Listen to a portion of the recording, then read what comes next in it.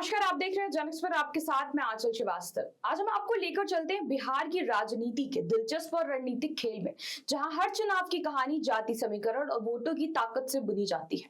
खासकर इस बार पिछड़ा वर्ग यानी ओबीसी वोटरों की भूमिका निर्णायक मानी जा रही है। जैसा हम जानते हैं कि बिहार में विधानसभा चुनाव की तैयारियां जोरों शोरों पर है। सत्ता पर काबिज भारतीय जनता पार्टी यानी बीजेपी अपने दलित पिछड़ा समर्थक आधार को मजबूत करने के लिए रणनीति तैयार कर चुकी है। इसके तहत पार्टी ने कदम उठाया। उत्तर प्रदेश के डिप्टी सीएम बीजेपी के अनुभवी नेता केशव प्रसाद मौर्य को बिहार चुनाव का सह प्रभारी बनाया गया है। इस फैसले के पीछे पार्टी की बड़ी रणनीति छिपी हुई है।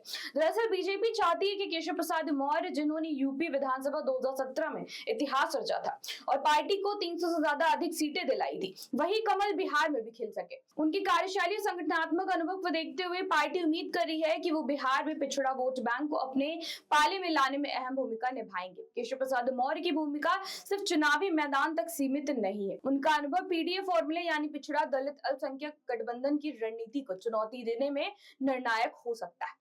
यूपी में उन्होंने समाजवादी पार्टी की पीडीए फॉर्मूले को कमजोर करने में बड़ी भूमिका निभाई है। अब बिहार में उनकी रणनीति रजत कांग्रेस गठबंधन की पिछड़ा वोट की रणनीति को तोड़ने में मदद कर सकती है।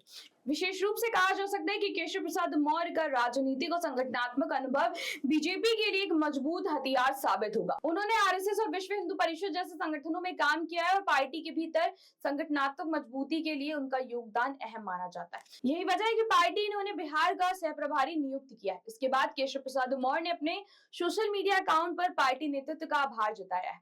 उन्होंने लिखा है कि ये जिम्मेदारी मिलने पर मैं हृदय से आभारी हूँ। उन्होंने कहा कि संगठन के मार्गदर्शन और कार्यकर्ताओं के परिश्रम से हम बिहार में विकास का समर्पित कमल खिला सकेंगे और एनडीए की सरकार फिर से सत्ता में आएगी। लेकिन ये निर्णय केवल बिहार तक सीमित नहीं है। बीजेपी की रणनीति इससे आगे भी देखी जा रही है। यदि बिहार में सफलता मिलती है तो केशव प्रसाद मौर्य राष्ट्रीय स्तर पर बीजेपी का प्रमुख चेहरा बनकर उभर सकते हैं। इसका सीधा फायदा यूपी विधानसभा 2027 में पार्टी को मिलेगा। यानी ये कदम केवल वर्तमान चुनावी रणनीति का नहीं है, बल्कि लंबी अवधि की राजनीतिक योजना का भी हिस्सा है। तो एक तरफ जहां बिहार की राजनीति में जाति समीकरण और पिछड़ा वोट निर्णायक है, वहीं दूसरी तरफ बीजेपी के लिए ये मौका है कि वह संगठनात्मक अनुभव और रणनीति चाल के जरिए फिर से सत्ता में वापसी करे।